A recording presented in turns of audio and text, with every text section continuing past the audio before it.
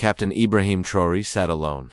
The pre-dawn silence of his study broken only by the ticking of the vintage wall clock behind him. Before him, intelligence dossiers were spread across his mahogany desk. Maps, satellite imagery, intercepted messages, annotated photos, the kind of material that would rattle any head of state. But Traoré's expression remained composed, his dark eyes scanning each page with the cold precision of a man who had long accepted the weight of war, disguised as politics. At exactly 5:42 a.m., the final piece arrived. A coded message confirming what he already knew. The plan against him had entered its final phase. A photograph timestamped at 0:33 showed movement in the old clock tower overlooking the University of Ouagadougou. A sniper's nest. An earlier phone intercept at 23:17 had traced the voice of the operations architect, calmly instructing the others that today was the day. Traoré ran his finger slowly across a laminated map beside the files. Red dots through specks, blue lines, their routes over the past weeks. Yellow circle surveillance posts they believed invisible. It was a web, a complicated one, yet to him it was only the first layer of the game. The chessboard had been laid out long before the first operative crossed the border.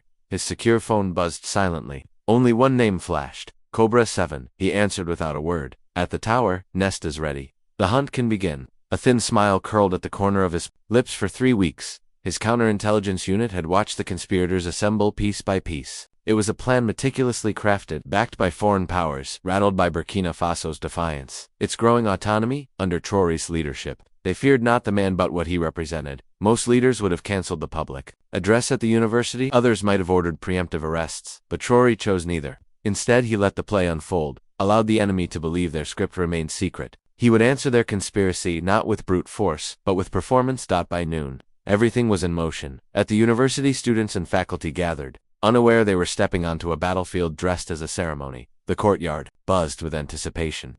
The podium, precisely where the sniper had calculated it would be, stood, bathed in the golden light of early afternoon. To the untrained eye, it was a vulnerability. To Traoré, it was bait. Among the crowd, security agents moved with the ease of civilians. The sound system had been altered to jam radio signals. The podium itself, rebuilt with a Chinese holographic projection system, was a weapon disguised as spectacle. At exactly 2:15 p.m., Traoré's motorcade rolled in. The crowd erupted in cheers. Dressed in his olive fatigues, he stepped out, nodding gently as he made his way to the stage. The sniper, perched in the clock tower, watched through his scope, adjusting the magnification, aligning crosshairs. Everything was in place. Overwatch confirms, target acquired, came Colonel Diabate's voice. In Traoré's near-invisible earpiece, thunder is ready to strike. The sniper steadied himself, finger on the trigger, but as he focused, something wasn't right. The image flickered, just slightly. He blinked, adjusted again. Still, the distortion remained. What was this? Below, Traoré stepped up to the podium. My fellow Burkinab, he began, his voice calm, resolute. Today is not just a milestone in our pursuit of education reform. It is something more.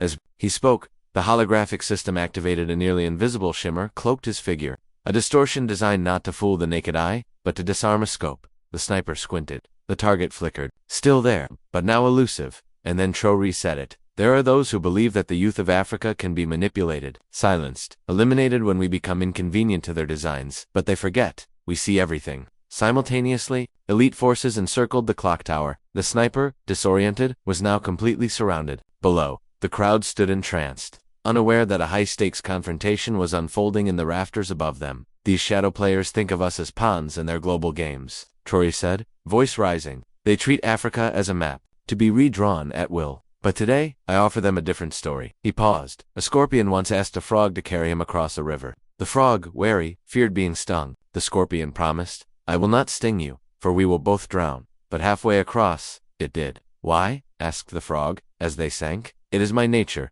replied the scorpion. In the tower, the sniper froze. Traoré's eyes were locked upward. Somehow impossibly he was staring through the walls, through the scope, into the mind of the man sent to kill him. But what if the frog knew? He continued. What if the frog expected the sting, and had prepared for it? Nest is secured. The bird is caged, whispered Diabate. The sniper turned, guns trained.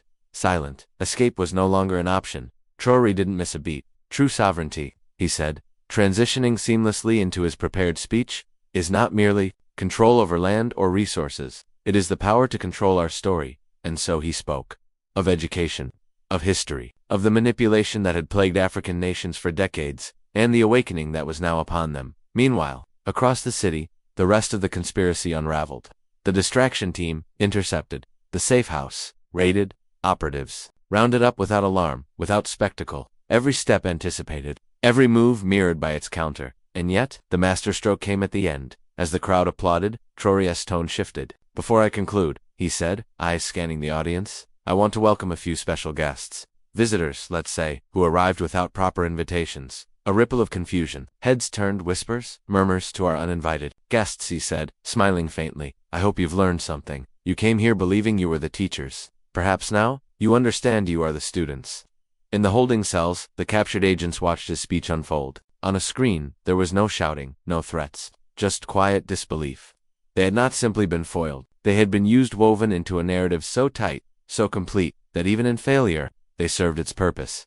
That evening, the conspirators were released, disarmed, debriefed, stripped of equipment, no public scandal, no dramatic accusations. Just one clear message. In the days that followed, whispers of what had transpired at the University of Ouagadougou swept across embassies, intelligence corridors, and political backchannels not just in Africa, but across the globe.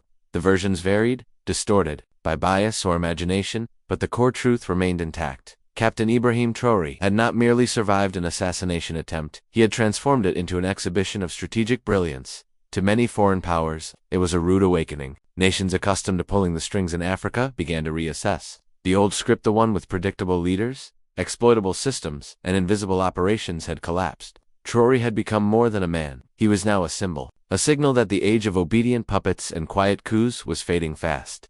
But in the quiet of his office, Traoré didn't dwell on the praise. For him, the day's success wasn't about showcasing power or sending threats. It was about planting a seed, one that would take root in the minds of young Africans, teaching them that intelligence, discipline, and vision could overcome even the most insidious external pressures. That night, as the lights of Ouagadougou shimmered beyond the windows, he read the final briefings. The holographic equipment would be returned discreetly. The informants, both high-ranking and humble, would be rewarded in silence. And a lesson had been delivered not through gunfire or bloodshed, but through mastery of perception. Across the city, life continued. But something had changed. Colonel Diabate entered the room, a folder tucked under her arm. Her tone was calm but tinged with revelation. "Sir," she said, handing him the document, "intelligence confirms that operations in at least 3 other countries have been called off since the broadcast."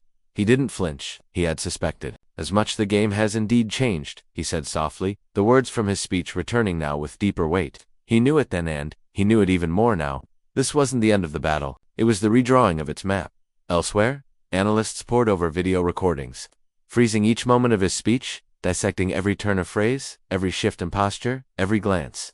In Washington, London, Paris, rooms once filled with certainty were now filled with caution. A new kind of leader had emerged, one not easily bought, moved, or erased. He didn't bark orders. He played like a strategist. And worse for them, he played to win. In Paris, policy meetings on Francophone Africa took on a new tone when Burkina Faso was mentioned. At the LEC, one didn't speak of Traoré with casual arrogance anymore. He had become a veritable that could not be ignored. In MI6 headquarters, old regime change playbooks were being quietly shelved. The same was true in Washington, where U.S. Africa Command now held weekly scenario drills involving Burkina-type leaders. New doctrines were being drafted. The methods that once worked were already obsolete. But the most profound shift wasn't in the West, it was on African soil.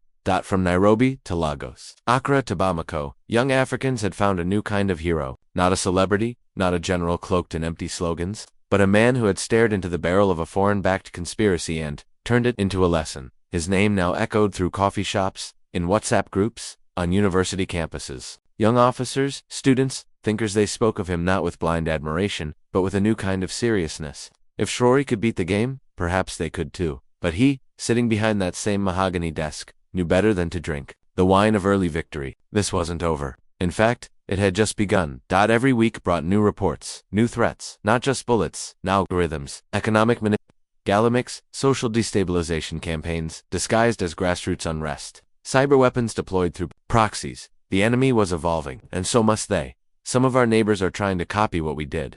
Diabate told him one morning, concern creasing her brow. But they don't have our infrastructure. If they fail, he understood the danger immediately. Good, he said, watching the streetlights blink beyond his window. Because it's spreading? Bad, because failed imitations will hurt us all. His fears were confirmed weeks later, when a young leader in a nearby country attempted a similar counter-operation without the same networks, without the same precision. The result was chaos. Lives were lost. The country plunged into uncertainty. Traoré watched it unfold in silence, absorbing the lesson. Strategy without structure was just theater, and theater without substance was dangerous. From that moment, he changed course. He began reaching out, not with headlines or fanfare, but with encrypted lines and invisible channels, messages carried between hands that would never meet, ideas shared in silence, a map of trust, slowly woven across the continent. 6 months later, in Addis Ababa, a meeting was held.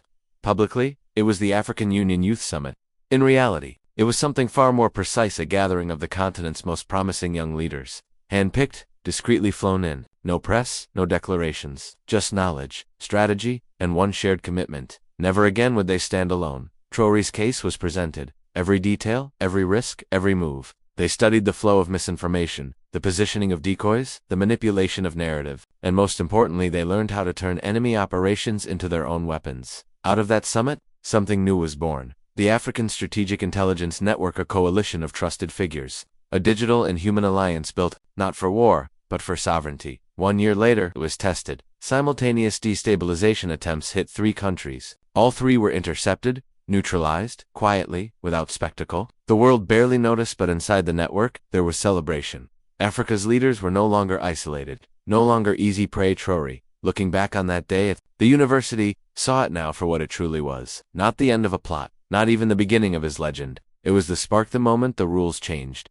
Because that day, he didn't just make his enemies play his game. He made the continent realize they could change the game entirely. And though life returned to normal in Ouagadougou, vendors in the markets, children laughing in the streets, evening tea under the orange sun, there was a shift in the air. People walked straighter, looked further, hoped harder, and yet Traoré never relaxed. He couldn't afford to. The hunters were now patient, smarter, watching. The war wasn't over. The pieces had just been rearranged. But now Africa had learned how to play it out, and more importantly,